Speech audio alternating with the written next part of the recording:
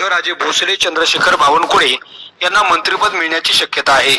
तर भाजपचे 16 मंत्री शपथ घेणार असल्याची माहिती प्राथमिक अंदाजातून देण्यात येते। तर मुख्यमंत्री एकनाथ शिंदेच्या शिवसेनेकडे 11 ते 12 खाती मिळू शकतात। यामध्ये एकनाथ शिंदे, दादा भुसे, शंभूराज देसाई, गुलाबराव पाटील, अर्जुन खोतकर, संजय राठोड आणि उदय सामंत यांची वर्णी लागण्याची शक्यता आहे।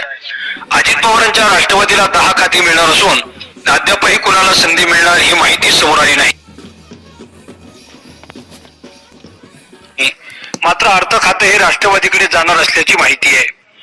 भाजपकडे गृह आणि महसूल सारखी खाते कायम राहू शकतात। याशिवाय त्यांना सभापती आदी विधान परिषद अध्यक्ष पदही मिळू शकतं। राष्ट्रवादीला अर्थ तर शिवसेनेला शहरी विकास खाते मिळू शकतं। याशिवाय इतर खात्यावर नंतर चर्चा केली जाणार आहे। तत्पूर्वी देवेंद्र फडणवीस, एकनाथ शिंदे आणि अजित पवार हे महायुतीचे तीनही नेते मुंबईत बैठक घेऊन नवीन मुख्यमंत्री आणि मंत्रिमंडळाच्या फॉर्म्युल्यावर चर्चा करणार आहेत।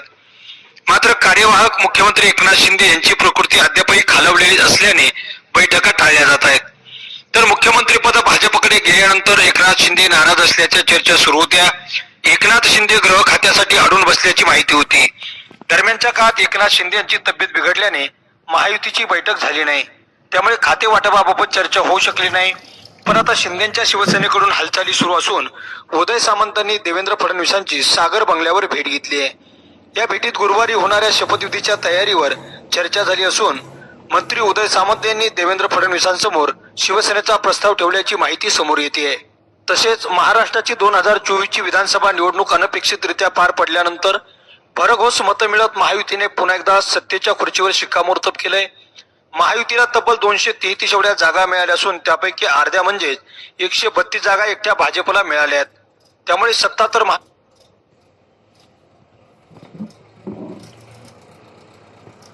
महायुती येते। मुख्यमंत्री पदापासून सुरू होणारी रस्सीखेच ही कोणत्या पक्षाला जास्त मंत्रिपद आणि राज्यमंत्रीपद मिळणार यावर येऊन ठेपली आहे। अशातच मंत्रिपदाची संभाव्य यादी सुद्धा समोर आली आहे।